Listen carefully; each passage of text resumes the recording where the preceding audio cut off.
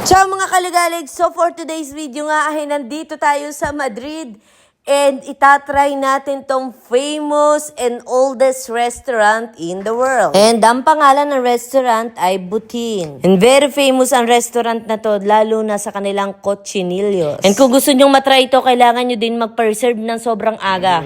Alam niyo ba mga kaligalig, for tonight's dinner, ang ganap ay sa Butin kami kakain. Nakapasok kami. Sobrang haba ng pila pero nakapasok kami. Kailangan maaga para makapunta dito. Kilig-kilig ako kasi matatry ko ng cochinillos na original. Salute!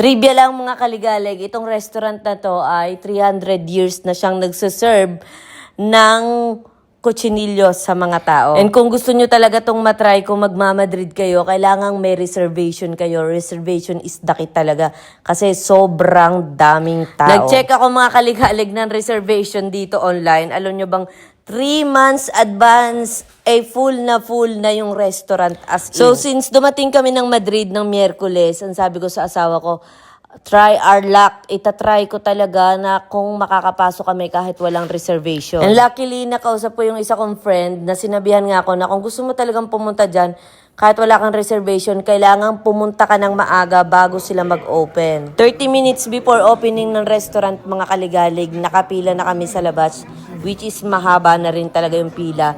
And kasi Miyerkules nga, so weekdays, hindi ganun karaming turista. Kaya nakapasok kami. Finally, mga kaligalig, ang famous na cochinillos sa Madrid. Here it is. 300 years cochinillos. With potato, of course, Pinay tayo, Asia. Nag-request ako ng rice dahil meron naman silang rice. And we have here mixed veggies na may hamon, yung famous na ham dito. And si Mayor ay codfish with tomato. Comemore. Bono. Sarap daw. Tikman na natin. Kinikilig ako. Mga kaligalig.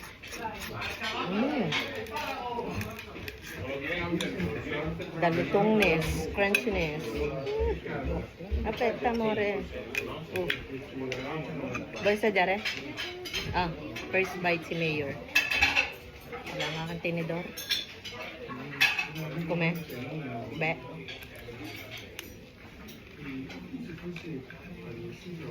Ang lutong ng bala. Trating na rin yung pag-nguya ni Mayor.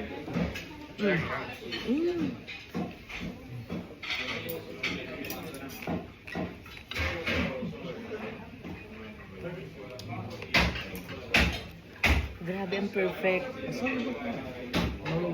Inodo po. Tikman ko daw yung kanya.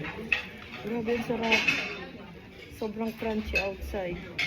Napaka-tender inside. Second bite.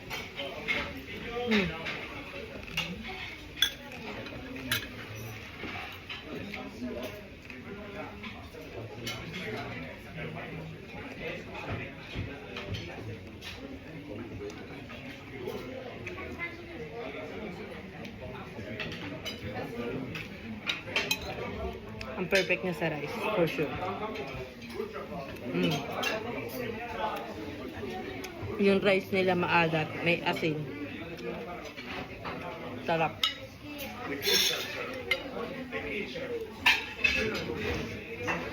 Tikman ko to kay Mayor na codfish.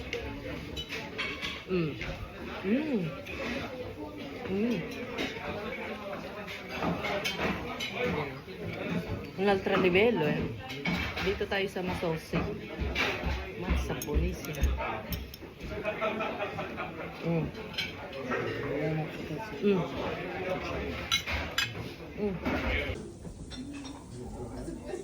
Yan na grande. And ditong dessert, mga kaligalig, ito yung classic nila. Butin torta or butin cake, kineme. Yema cake na may, anong tawag dyan, basta tikman natin. Bite para sa inyo and thank you Lord.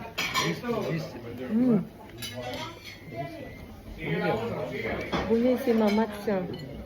Ang sarap. Sobrang sarap.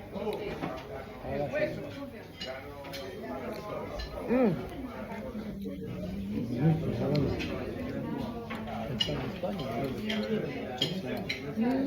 Siguro di ka pa from Espanya. Ang galing. Hindi ko ma-explain. Speechless. Mm. Okay. Sarap. Ito sa meringue. Meringue. Mm.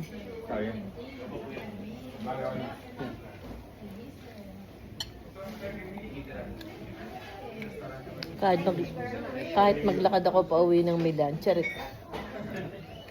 Calories. Tingnan niyo naman mga kaligalig, hindi ko na napicturan yung after namin kumain. Inigot ko kasi yung restaurant, ang laki pala nito. In buong building restaurant hanggang 3rd floor, 4th floor. Tapos yung underground nila, ginawa na din nilang restaurant. Ang laki. Sobra, hindi ko na lang binidyo kasi nakakahiya. Ang daming tao, punong-puno as in. Siyempre, for privacy ng mga tao kumakain. Tapos, dito, ayan. O, di ba? May pasalamin si Mayor. Kusog si ate nyo. Hola pala. Hola. Grabe, buong building pala talaga ay restaurant. 1, 2, 3, 4 hanggang 5. Balang parang 5th floor siya kasi yung underground nila, ginawa din nilang resto. Grabe, sobrang daming tao. Yung labas, oh. What experience, Botan? Come si dice in francese? Botan? Butin, pati butin. Pero ang nagtayo kasi nito French. Originally, siya ay French. Grabe yung experience. Sobrang busog. Nalasing ata ako doon. Siyempre ka to. Nijira lang sa stomach.